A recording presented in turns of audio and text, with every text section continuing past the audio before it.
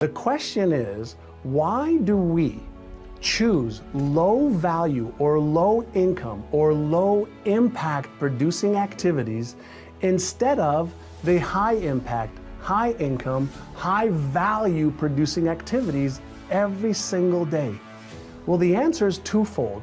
Number one, it's because we've gotten into the habit of doing the small, menial, unimportant things first, thinking that being busy is the same as being productive. That's number one. Number two, in most cases, procrastination is caused by insecurity. Us either not knowing what steps to take, us not feeling like we are smart enough or good enough, or us feeling that we have to wait for everything to be perfect before we really get busy and do it. The truth of the matter is, those are all lies. They're rational lies, but they're all lies.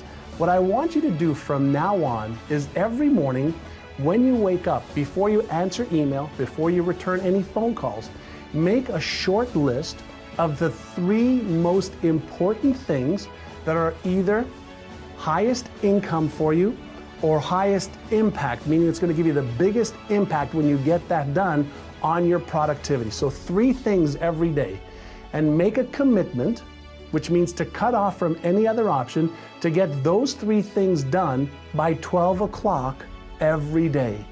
When you develop that new habit, you will then become somebody who not only talks a big talk, which I hope you do, but you actually back it up with the actions required in order to achieve the success you want to achieve. What I've learned over a lot of years is that it's not the smartest people who achieve success. It's the people who procrastinate less, make fewer excuses as they take actions every day towards the goals that they want to achieve. Not necessarily there are more demands, it's just that we're accessible to more demands. And if you don't know what you want, and you don't know why it's a must for you to achieve it, and you don't have a plan, I can promise you something. You're gonna fit in everybody else's plan. And you're gonna wonder why you're stressed. And you're gonna wonder why I'm not fulfilled. What is time? How do you know when it's a long time, or how do you know when it's a short time? It's not because it's 10 minutes or 10 hours. How many have been in 10 hours and time flew because you loved what you're doing, didn't have any sense of time whatsoever? How many have had that experience? Say aye. How many have had 10 minutes feel like 10 years you want to kill somebody to get out of the situation? So what is time? Time is emotion. Got to remember that time is emotion. What you're really managing is emotion. Another word for that would be meaning or fulfillment. Focus is power, but you got to take it. Take it back. Take back that power. And you got to know when you do have that focus, how to chunk it, how to group it so you're not overwhelmed. Let me show you how to make it simpler.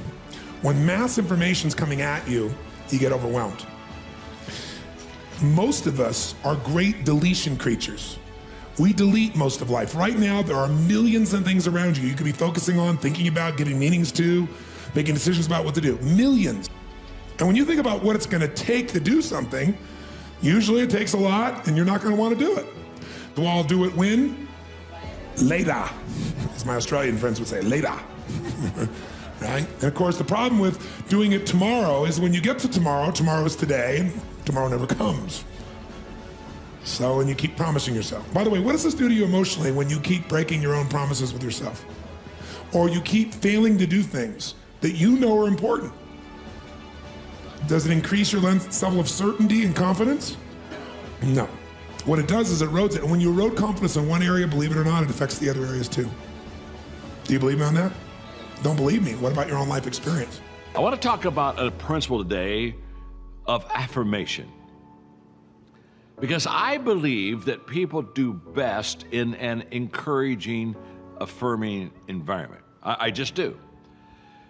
Very seldom I've ever had a person say, let me tell you really how I achieved great success. I just was in a constant negative environment, and it just encouraged me so much, and it just stirred me on. Very seldom I've ever had somebody tell me that when people talk down to them, it just improved them. You see, encouragement, affirmation, it's the oxygen of the soul. It feeds us. It takes us and gives us hope. And Napoleon said leaders are all dealers in hope. And so the affirmation principle is very simple. I find something that you're doing well, and I use that to lead you. I use that as the starting place, and I look at you and say, hey, I like what you did there. Let's talk about it a little bit. Let's even talk about maybe how next time you can do it better.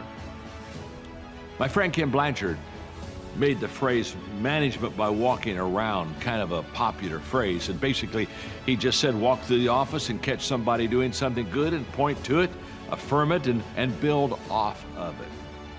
Now, there are people that do things that are not so good, and there are times in leadership you have to deal with the tough issues. I'm not saying that. But what I'm saying is this: people go farther, do better, and try harder in an affirming, encouraging environment. So the best that you can do is to constantly look for those good moments and make them better. That's what an affirming environment is all about. Looking for the good moments, making them better. Trust me, you do that a few times, and people will want you to walk around. They'll want you to catch them in their good moments because they know that's where they'll get encouraged and that's where they'll get affirmed.